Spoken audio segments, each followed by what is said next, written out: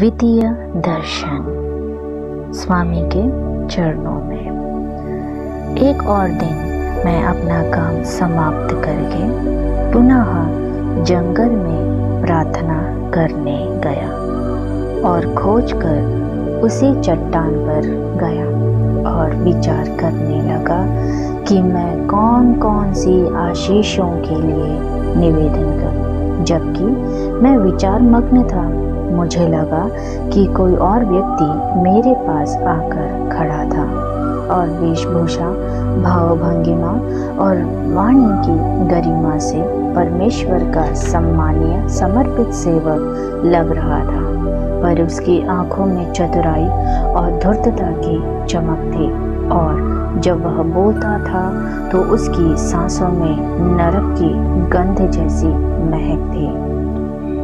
उसने मुझे इस प्रकार कहा, हे पवित्र एवं आदरणीय, आपकी प्रार्थना और एकांत में विघ्न डालने के लिए मुझे क्षमा करें, परंतु दूसरों के कल्याण की कामना करना भी कर्तव्य है और इस कारण मैं एक महत्वपूर्ण मसले पर आपसे चर्चा करने आया हूँ। आपके पवित्र निस्वार्थ जीवन ने न केवल मुझ पर परंतु बहुत से अन्य भक्तों पर भी गहरा प्रभाव डाला है। यद्यपि परमेश्वर के नाम पर आपने अपना तन मन दूसरों पर न्यौछावर कर दिया है, आपको वास्तविक रूप से सराहना नहीं मिली है।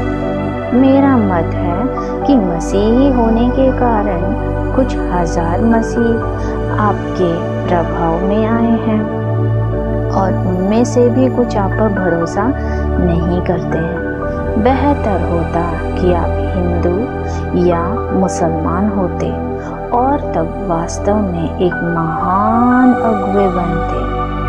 उनको ऐसे ही आध्यात्मिक प्रमुख की तलाश है। यदि आप मेरा प्रस्ताव मान ले तो 31 करोड़ हिंदू और मुस्लिम आपके अनुयायी बन जाएंगे और आपको श्रद्धा सुमन अर्पित करेंगे। जैसे ही मैंने इन शब्दों को सुना, मेरे मुंह से ये शब्द निकल पड़े, हे शैतान, दूर हो।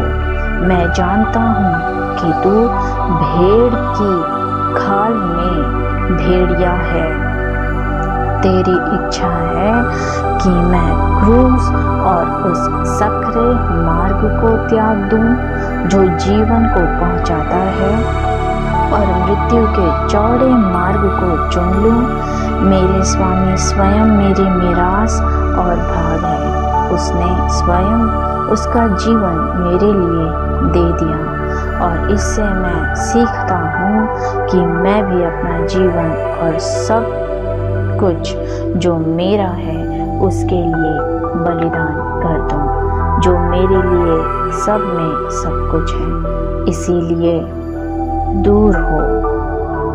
तेरा मेरा कोई वास्ता नहीं है। यह सुनकर वह क्रोध में बड़बड़ाता और गुर्राता हुआ वहां से चला गया और मैं आंसुओं के साथ अपने मन को प्रार्थना में परमेश्वर के सामने उड़ेलता गया। हे मेरे प्रभु परमेश्वर, मेरे सब कुछ आप हैं। मेरे जीवन का जीवन, मेरी आत्मा की आत्मा, मुझ पर दया की दृष्टि कर और मुझे अपने पवित्र आत्मा से भर, ताकि मेरे हृदय में तेरे सिवा किसी और के प्रेम का स्थान ही ना बचे। मैं तुझसे कोई दान वरदान नहीं, पर तुझे ही मांगता हूँ। तू तो जीवन और समस्त आशीषों का देने वाला है। तुझसे मैं संसार या उसका धन नहीं मांगता, यहाँ तक कि स्वर्ग भी नहीं, परंतु केवल तुझको मांगता हूँ। तू मेरी अभिलाषा और चाह है। जहाँ तू है वहीं स्वर्ग है। मेरे इस हृदय की भूख और प्यास केवल तू बुझा सकता है। तू उनका जन्माने वाला है।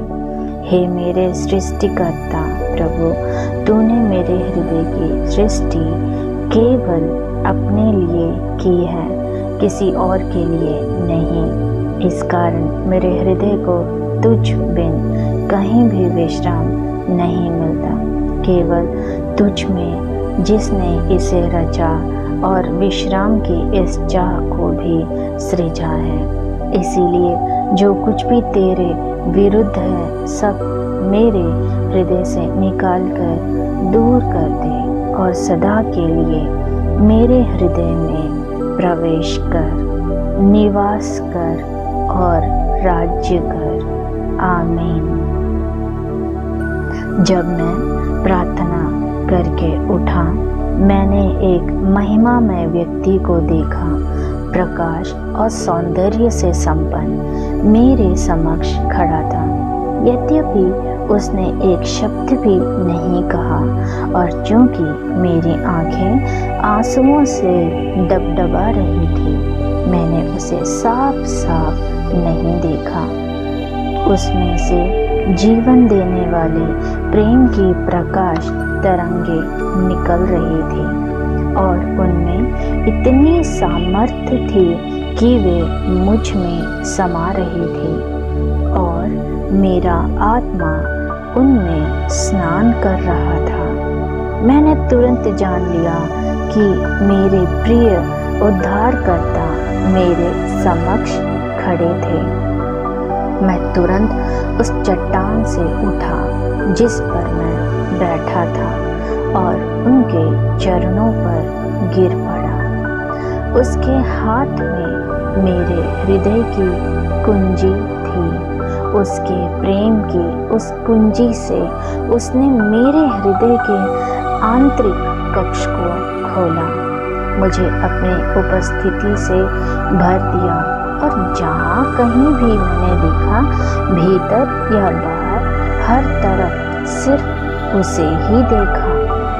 तब मैंने जाना कि मनुष्य का हृदय परमेश्वर का सिंहासन और दुर्ग है और जब वह उसमें निवास करने प्रवेश करता है, वहाँ स्वर्ग बन जाता है। इन कुछ क्षणों में उसने मेरे हृदय को ऐसे भर दिया और ऐसे अद्भुत वचन कहे कि यदि मैं बहुत सी पुस्तकें भी लिख देता, उन सभी को बता नहीं पाता, क्योंकि वे स्वर्गीय बातें केवल स्वर्गीय भाषा में बताई जा सकती है।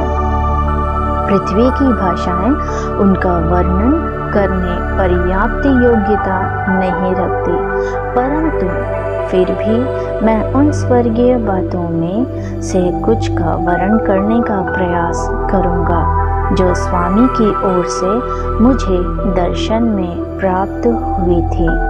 मैं जिस चट्टान पर बैठा था, वे स्वयं वहां बैठ गए और मैं उसके चरणों के पास और एक स्वामी एवं शिष्य के बीच जो वार्तालाप हुआ, उसके विषय में आगे उल्लेख किया गया है। धन्यवाद। अगर आपको पसंद आए और आगे सुनना हो तो कमेंट कीजिए, लाइक कीजिए एंड सब्सक्राइब कीजिए। प्रभु आपको आशीष दें।